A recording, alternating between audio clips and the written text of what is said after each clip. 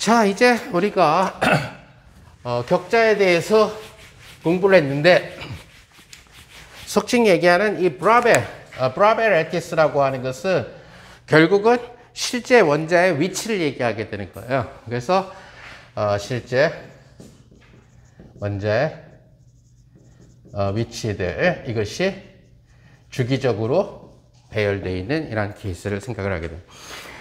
자, 그런데 이 고체 물리는 결국에 가서는 나중에 가서 양자의 각을 사용하게 돼요. 양자의 각을 사용하게 된다는 얘기는 결국 위치와 운동량 사이의 불확정성 원리를 이용을 하게 된다는 뜻이에요. 그죠? 우리가 1학기 때 양자에 대해서 조금 맛을 봤으니까. 그래서 소위 얘기하는 위치라고 하는 친구가 있으면은 위치랑 듀얼 관계, 쌍대라고 번역하게 되는 그러한 양자역학적인 듀얼 관계에 놓이는 것이 바로 운동량이 된다. 그래서 위치 X라는 친구하고 운동량 P라는 친구하고가 서로 이런 쌍대 관계에 놓이게 된다는 얘기가 돼요. 듀얼 관계. 근데 여러분들이 양자역학, 현대물리 1에서 잠깐 공부한 것처럼 이 운동량이라는 친구가 결국 하바의 K 이런 형태로서 쓰여지게 된다. 이때 이 K라고 하는 친구를 뭐라고 부르냐면 우리는 웨이브 넘버 벡터, 파수 벡터라고 부르게 되겠죠. 그죠? 그래서 웨이브는.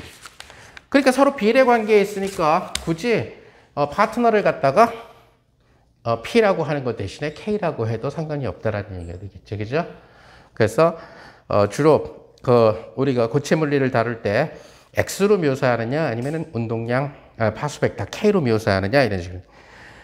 자, 그런데 지금 현재 우리가 보는 거 1차원, 제일 간단하니까 1차원의 경우를 보면은 이렇게 X축상에서 원자들이 이렇게 주기적으로 배열되어 있어요. 주기적으로 자, 지금 고체 물리라고 하는 친구는 뭐냐면은 원자들이 주기적으로 배열되어 있는데 그 사이에서 전자들이 쏘다닐 때 어떤 영향을 받느냐 이런 얘기가 돼요. 그래서 크게 주인공이 둘 다 주인공인데 하나는 원자도 주인공이고 원자 주변에 있는 전자도 주인공이에요. 근데 문제는 전자는 사진으로 안 찍혀. 그러니까 우리가 전자현미경으로 사진을 찍으면 그냥 원자로 찍히게 되는 거예요. 그럼 원자니까 덩치가 큰 누가 찍히게 되는 거냐면 사실은 핵이 찍히는 거예요. 사실. 핵이 찍혀서 결국 얘네들이 육각형 구조냐 아니면 직사각형 구조냐 이렇게 보게 되는 거죠. 전자를 찍는다면 양자역학이 깨지지, 그죠? 매 시간 찍으면 전자의 위치를 알 수 있잖아. 전자는 안 찍힌다는 얘기예요. 전자는 크기가 얼마인지도 몰라요. 그러니까 아무튼 그 언저리에 있을 거라고 생각을 하는 거죠. 언저리에 있긴 당연히 있겠죠. 돌아다니니까 전기를 흘려보내기도 하고 전류를 만들어주게 되니까. 자, 그래서 주인공이 전자이기도 하고 요 주변에 있는 전자이기도 하고 어떨 때는 이 핵 자체, 즉 다시 말해서 전자를 빼낸 나머지 핵 부분은 우리가 뭐가 되냐면 양이온이 되죠. 그죠? 그래서 고체 물리에서는 핵을 다른 말로 우리가 핵의 구조 속을 들어가서 양성자리, 중성자리를 따지겠다는 게 아니니까 그냥 전자를 떼낸 나머지 부분을 생각한다는 거니까 이온이라고 얘기를 해요. 맞죠? 전자를 생각 안 하고 그래서 이온이라는 그런 개념으로서 얘기를 한다는 거죠. 그래서 또는 이온 또는 핵, 얘네들 자체들은 관성이 커서 무거워서 전자처럼 쏘다니지는 못하고 고체 속에서 어떻게 되냐면 지들끼리 깔짝깔짝만 진동을 하게 된다는 얘기예요. 그러니까 에너지를 공급해 주게 되면 절대온도 0도가 돼버리면은 얘네들이 제자리에 탁 있는 거예요. 탁탁. 그러니까 A만큼 떨어져 있는 거죠. 그런데 온도를 점점 높여주게 되면은 얘네들도 제자리에서 진동을 한다는 얘기예요. 고체의 특성이 있죠. 그죠? 그러한 어떤 미소한 그 진동들이 두 사이의 거리를 다르게 만들어주죠. 그죠? 마치 뭐냐면은 얘들과 얘들 사이에 작은 용수철들이 매달려 있는 모델로서 생각을 하게 된다는 얘기예요. 그래서 그런 어떤 진동들, 그런 것들이 얼마나 잘 떠느냐, 얼마나 많이 바이브레이트 하느냐에 따라서 뭐가 달라지게 되냐면은 얘가 열에 잘 반응하는 놈이구나. 얘가 열에 잘 반응을 안 하는 놈이구나. 바로 비열이라는 게 결정된다는 거죠, 이제. 그래서 그럴 때는 누가 주인공이 되냐면 그때는 전자에 관심이 없어. 그죠? 그때는 바로 이 이온, 원자 핵에 관심이 있는 거죠. 그래서 얘네들 자체가 얼마나 잘 떠느냐 하는 거란 거예요. 그런데 예를 들어서 어떤 금속의 그 전기 전도도는 전기를 잘 통하느냐, 전기를 잘 못 통하느냐, 도체냐, 부도체냐 이런 걸 따질 때는 원자핵이 돌아다니면서 전류를 만드는 건 아니니까 누가 돌아다니죠? 전자들이 돌아다니면서 전류를 만들죠. 그렇죠? 그럴 땐 주인공이 결국 뭐가 되냐면 전자가 된다는 얘기가 돼요. 그러니까 크게 나눠서 고체물리, 여러분들이 현대물리 2에서 공부하게 될, 물론 뒤에 가서는 자성체일 때는 그 마그몬이라는 이런 개념들도 들어가는데 그런 것들은 현대물리에서 커버하기 힘들고, 우선 현대물리에서 커버할 두 주인공은 결국 이온 또는 원자핵이라고 부를 수 있는 또는 주위에 어디 있는지 모르지만 불확정성이기 때문에 어딘가 요 주변에 있는 이런 전자들. 그럼 전자가 만약에 특히 전자가 주인공일 때에는 전자에 대해서 양자역학을 해야 된다는 얘기죠. 그러니까 전자에 대해서 양자역학을 갖다가 적용한다는 얘기는 무슨 얘기가 돼요? 슈레딩거 방정식을 풀어야 된다는 얘기가 돼요. 전자가 싸돌아. 근데 전자가 이렇게 주기적으로 배열되어 있는 핵들 사이를 싸돌아다니다 보니까 만약에 이런 핵들이 없으면은 그냥 전자가 관성의 법칙에 따라서 이대로 가요. 입자로 만약에 계산을 하면은, 오케이? 근데 1학기 때 했던 것처럼 모든 물질은 입자이면서 동시에 파동이니까, 그죠? 물질파라는. 파동으로 따지면은 이렇게 사인파가 되겠죠. 그죠? 물질파로서. 그런데 이렇게 자유롭던 전자가 가다가 이런 포텐셜을 만난다고 합시다. 포텐셜에 영향을 받아요. 그죠? 영향을 받았는데 이 포텐셜이 너무 깊어가지고 빠져가지고 캡처되는 수도 있겠죠. 못 도망 나오고. 고전 물리학적으로는 캡처돼서 못 도망 나오지만 양자역학적으로는 튀어나올 수 있다는 게 퀀텀 터널링이죠. 그죠? 자, 어찌됐든 이런 핵들 사이를 첫 번째 핵을 지난다라고 할 때 어찌됐든 얘의 영향을 받아요. 그래서 얘의 영향을 받아서 영향을 받는 지역이 결정되어 있을 거예요. 처음부터 이 먼 데서부터 영향을 받지는 않을 테니까. 가까이 가면 갈수록 영향을 받다가 얘에서 조금 멀어지니까 다시 영향을 안 받다가 그랬더니 A만큼 떨어진 곳에 또 이 핵이 있어. 또 영향을 받다가 다시 영향을 안 받다가 다시 또 A만큼 떨어진 곳에 있어요. 그래서 결국 뭐가 되냐면 이 주변을 그러니까 이러한 형태의 레티스들이 이렇게 A만큼 간격으로 주어져 있을 때 얘네들이 전자에 대해서 나중에 행사하게 되는 포텐셜 에너지가 있겠죠. 그죠? 슈레딩거 방정식에 쓰이게 되는 그 포텐셜 에너지라고 하는 친구가 Vx라고 씁시다. 이 포텐셜 에너지 역시 주기성을 갖게 된다는 거죠. 이러한 형태의 주기성을 갖다가 지니게 된다는 얘기.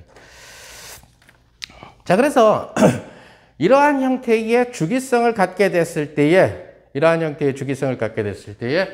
결국 A라는 주기를 갖고 생겼을 때 결국 Vx, 여러분들이 수리물리에서 공부했겠지만 바로 이렇게 주기성을 갖고 있는 친구에 대해서는 뭐가 형성되냐면 뿌리의 급수를 쓸 수가 있다는 얘기가 되겠죠. 그죠? 그래서 뿌리의 급수를 갖다가 적용을 시키면은 시그마 K는 마이너스 무한대부터 무한대까지 하고 뿌리의 개수를 VK라고 하고 exponential IKX. 여러분들이 수리물리에서 뿌리의 베이시스를 갖다가 사인이나 코사인으로 배웠는지도 모르겠어요. 하지만 사인으로 써있든 코사인으로 써있든 전부 다 엑스포넨셜로 다 바꿔 쓸 수가 있어요. 그래서 이러한 뿌리의 베이시스를 갖게 됩니다. 자, 그러다 보니까 우리가 아까 얘기한 대로 이 K가 왜 운동량하고 관련되는가를 이 상황에서 한 번 더 봅시다. 결국 여기에서 얘기하게 되는 이 X라고 하는 이 친구, 지금 Vx라고 하는 친구는 그냥 예를 들어서 지금 저런 레티스 속에 있는 게 아니라 그냥 자유롭게 만약에 레티스 없이 exponential IKX라고 하는 친구는 바로 평면파죠. 그죠? 이러한 형태의 평면파가 된다는 얘기예요. 자, 그러면은 이러한 평면파의 파장이라고 하는 친구는 어떻게 되냐면은 exponential IK의 x 더하기 람다를 해준 것이 exponential IK의 x 이렇게 되겠죠. 물론 지금 저 레티스 속에 갇혀 있을 때는 바로 이 파장이 뭐가 돼야 되냐면 A가 돼야 되겠죠. 그죠? 자, 우선은 이제 박스 아래에 있는 계산은 레티스 생각 안 하고 일반적으로 자유롭게 움직이는 평면파의 경우. 여러분들이 1학기 때 내용을 많이 까먹은 것 같아서. 그럼 이것은 exponential ik 람다가 1이 돼줘야 된다는 얘기가 될 거고, 따라서 k 람다가 뭐가 돼줘야 되냐면 2파이라는 값이 돼줘야 된다는 얘기가 돼요. 자, k 람다가 2파이가 돼주게 되니까 이 k라고 하는 친구는 2파이를 파장으로 나눠준 친구가 돼요. 자, 그러니까 우리가 파동을 다룰 때 2파이를 사인을 기준으로 다루기 때문에 2파이를 기준으로 다루게 되는데, 만약에 파장이 2파이인 놈이 있다. 파장이 2파이인 놈. 그러면 오르락 내리락이 사인이라는 파동이 하나 들어가 있다는 얘기죠. 기본 토막 속에. 파동론에서 기본 기준은 0과 2파이를 잡아줘요. 일반적으로. 사인 파이에 대해서. 한 개 들어있다는 얘기. 그럼 람다에다 2파이를 주면 K가 하나가 나오죠. 아, 2파이 속에 들어있는 파의 개수구나. 이렇게 헤아리면 된다는 얘기가 돼요. 그래서 K를 뭐라고 부르냐면 파의 개수 벡터. 파의 개수. 파수. 웨이브 넘버라고 얘기하는 거예요. 만약에 여러분들이 람다가 이것은 지금 람다가 2파이인 그런 친구가 될 거고, 이 친구는 그러니까 기준 간격에 한 개가 들어가 있다는 얘기. 한 개가 들어가 있다는 얘기니까 K가 1이라는 얘기가 돼요. 근데 여러분들이 람다가 파이인 파를 갖다가 만약에 기준 간격 0과 2파이 사이에다가 그려보게 되면은 0과 2파이 사이에서 얘가 파이마다 한 번 진동을 완료를 하니까 이렇게 두 개가 생긴다는 것을 여러분들이 알 수가 있을 거예요. 자, 이것은 어디에서 결정되냐면 파장이 파이니까 2파이를 파이로 나눈 데에서 두 개가 결정됐다는 얘기가 돼요. 그래서 이 경우는 K가 둘. 그래서 이러한 형태의 파는 웨이브 넘버가 2라는 얘기가 되는 거죠. 자, 이 웨이브 넘버라는 개념을 갖다가 X, Y, Z 축까지 활용해서 나타낸 것을 웨이브 넘버 벡터라고 얘기를 하게, 파수 벡터라고 얘기하게 되는 거예요. 자, 지금 1차원만 하니까 벡터 표시는 지금 안 했지만, 자, 그러면 이것이 왜 운동량하고 관련되느냐? 파수 벡터가 1학기 때 양자론을 갖다가 조금 리마인드를 시켜보면은 여러분들이 K라는 친구가 있고 2파이가 있고, 모든 물질은 입자이면서 동시에 파동이다. 오케이? 물질파 가설에 의해서. 그럴 때 르브로이의 파장의 공식은 뭐가 되냐면 P분의 하가 되죠. 그렇죠? 그래서 이것은 뭐가 되게 되냐면은 하분의 2파이하고 뭐가 되나? P가 된다라는 얘기가 되겠죠. 그래서 P라고 하는 친구는 2파이분의 하에다가 K. 근데 프랑크 상수 하를 2파이로 나눠준 것을 우리는 뭘로 쓰기로 약속했다? 하바. 여기에 K 이런 형태가 됩니다. 즉 운동량과 그 다음에 파수 벡터 사이의 관계는 결국 비례 관계가 있다는 사실을 알 수 있어요. 자, 지금 여기서 얘기했었던 이 파장의 의미, 파수 벡터의 의미, 이런 것들을 갖다가 레티스에다가 적용을 시키는 거예요. 레티스에다 적용시킬 때 얘는 레티스 스페이싱이 A라면 바로 A가 파장이 되는 거죠. 결국은 주기가 되는 이러한 형태. 자, 그러다 보니까 자, 아까 얘기한 대로 X랑 K가 서로 듀얼 관계가 있다라고 얘기했어요. 그래서 양자역학의 불확정성 원리는 바로 듀얼인 X와 K 사이에 뿌리의 급수와 뿌리의 변화를 갖고 간단하게 증명을 해줄 수가 있죠. 그래서 즉 위치의 불확정성과 운동량의 불확정성. 그 얘기는 결국 하바가 일정한 값이니까 X의 불확정성과 K의 불확정성과의 관계가 돼요. 오케이? 그것이 불확정성 원리를 만들어주게 된다는 얘기예요. 자, 그래서 이 X에서의 이러한 브라베 격자의 주기성이 그놈의 듀얼인 K 쪽으로 갔을 때 K에서 K의 주기성을 요도시켜준다라고 하는 거예요. 자, 그래서 X가 있고 여기 K가 있어요. 그러니까 X와 K 사이의 관계는 속칭 얘기하는 뿌리의 급수에 의해, 뿌리의 변화에 의해서 관계가 된다는 얘기가 돼요. 그랬을 때 X에서의 주기성이 K에서의 주기성으로 바뀌게 되는데, 그럴 때 X에서의 주기가 A였던 이 레티스, 브라베 레티스가 K 쪽에서는 주기가 어떻게 되겠느냐 하는 거죠. 자, 그래서 K 쪽에서 주기를 갖다가 찾아보자라는 얘기예요. 그래서 X 쪽에서는 지금 A라는 주기가 생겼는데 K라는 친구에서 요건 이제 가상의 입자죠. 즉 다시 말해서 요 위치에 대응되는 파수값이 되는 거죠. 그죠? 그랬을 때 이 주기를 B라고 합시다. 그래서 K 공간에서의 주기를 생각해 보자라는 얘기가 돼요.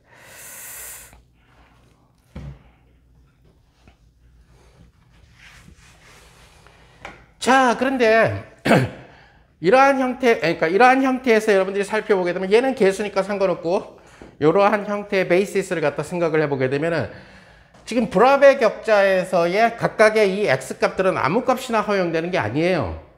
즉 다시 말해서 속칭 얘기하게 되는 x가 어디에 있게 되냐면 0에 있고 1a에 있고 2a에 있고 3a에 있고 또는 -a에 있는 이러한 형태의 규칙성을 갖고 있다는 얘기가 되겠죠.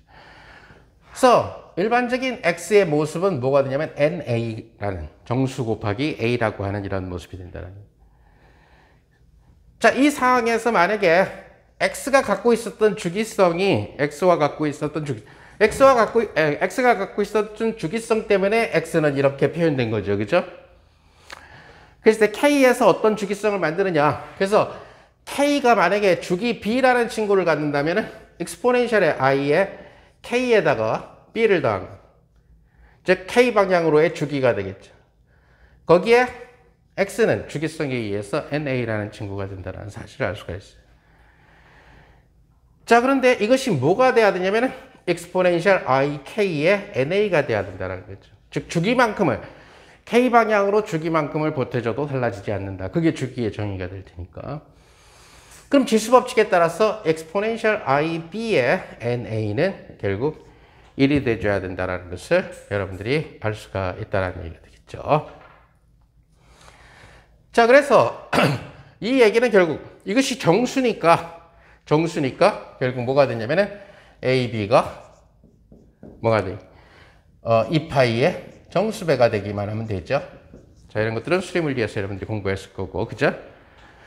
exponential 2파이 i 정수는 1이니까, 그죠? 그래서 그러면은 우리가 주기라는 친구는 길게 잡을 수도 있고 짧게 잡을 수 있는데 좁은 의미에서의 주기는 최소 주기를 얘기하는 거예요. 사실 주기라는 말은 주기라고 다음 삼각함수의 주기를 구하라. 그러면 사실은 답이 여러 개예요. 그러니까 옛날에 그 수능 문제에서 오류가 되는 문제들 굉장히 많았었어요. 사실은 아무거나 갖다 대면 다 주기가 될 수가 있다는 얘기. 그러니까 정답이 여러 개라는 얘기가 되겠죠. 사실은 최소 주기라고 얘기를 해줘야 되는데 좁은 의미에서 주기라고 얘기할 때는 최소 주기라는 말을 그냥 통칭 그냥 주기라고 얘기를 해줘요. 그럼 최소 주기를 잡는다는 얘기는 이 정수가 1이 될 때 최소 주기가 되겠죠. 2나 3이나 4가 됐을 때보다는, 그죠? 그래서 B라고 하는 친구는 A분의 2파이 이런 식으로 된다.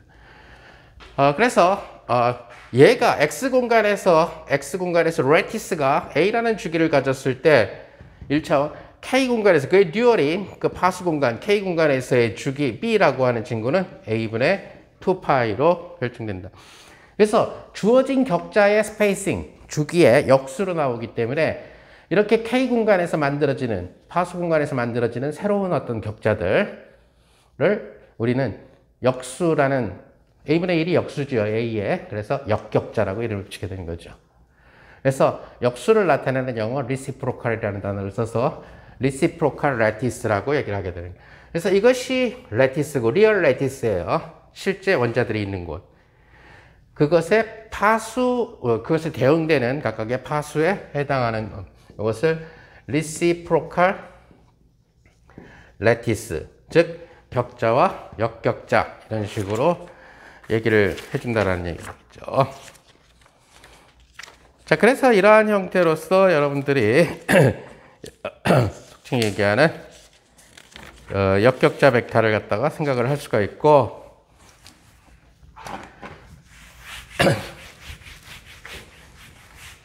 자, 그래서 만약에 1차원에서 역격자, 그러니까 K 공간을 어떻게 그러면 컨스트럭트를 하느냐. 1차원에서 K 공간을 갖다 할 때 바로 이러한 간격이 A분의 2파이가 나오도록 좌표를 잡아주는데 주로 고체물리에서 쓰는 방법은 결국 우함수가 되도록, 다시 말해서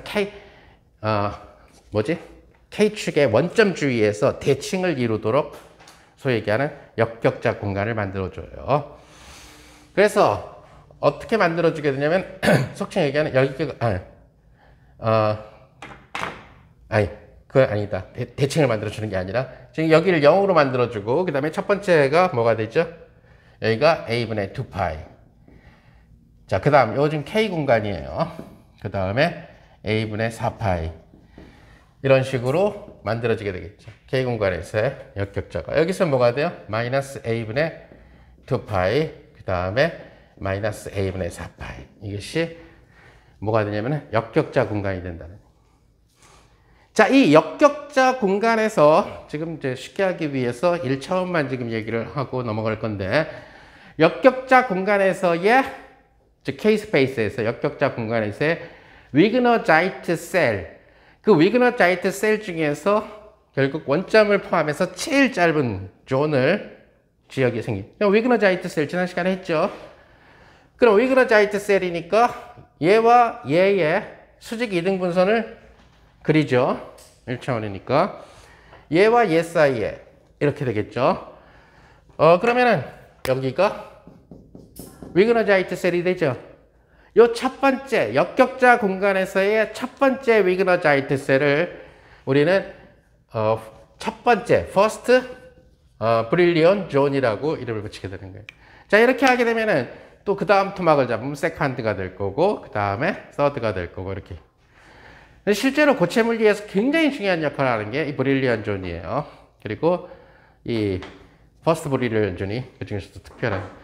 그러니까 퍼스트 브릴리언 존을 갖다가 만약에 여러분들이 수식으로 쓰면은 K가 마이너스 A분의 파이에서부터 결국 A분의 파이, 이러한 형태가 바로 퍼스트 브릴리언 존이 된다는 얘기거든요. 바로서 이 퍼스트 브릴리언 존의 크기는 바로 K 공간에서의 주기 A분의 2파이랑 똑같다라는 사실을 알 수가 있고, 쉽게 얘기하면은 역격자 공간에서의 프리미티브 셀이라고 생각해 주면 된다는 얘기가 돼요. 이것이 기준이 된다는 얘기. 그래서 나중에 이 퍼스트 브릴리언 존이 얼마나 중요한 역할을 하는지를 갖다가 조금 간단한 모델에서 예를 보게 될 거고, 자, 이런 식으로 하게 되면은 여러분들이 뭐 벡터 때문에 역격자는 1차원에서 멈출 거지만 만약에 2차원에서 퍼스트 브릴리언 존을 여러분들이 그리고 싶다. 그러면은 X가 있을 거고 Y가 있을 거고 X방향, Y방향으로 똑같이 저게 되니까 그럼 뭐가 되죠? 여기가 A분의 2파이, 여기가 마이너스 A분의 2파이, Y방향으로도 여기 원점 있고 A분의 2파이, 여기가 마이너스 A분의 2파이, 뭐 이런 식으로 되는 이러한 형태가 된다. 자, 그래서 2차원 같은 경우에서 퍼스트 브릴리언 존을 갖다가 여러분들이 그려보고 싶으면은 원점을 중심으로 해서, 원점을 기준으로 해서 원점을 포함하는 가장 작은 위그너자이트 셀을 만들면 된다는 얘기예요. 그러니까 얘랑 있는 이거, 얘랑 있는 이거, 얘랑 이렇게 하면은 이 리전이 나타나게 되겠죠. 이것이 바로 2차원에서의 퍼스트 브릴리언 존이 된다. 따라서 퍼스트 브릴리언 존은 결국 역격자 벡터가 어떻게 결정되느냐에 따라서 달라져서 2차원, 3차원서부터는 소위 얘기하는 벡터에 대한 어널리시스를 갖다가 공부를 해야지만 여러분들이 에 대한 모델을 알 수가 있다. 자, 그래서 소위 얘기하는 2, 3차원 벡터를 써서 하는 것은 여러분들이 나중에 고체 물리에서 하는 방향 쪽으로 합시다.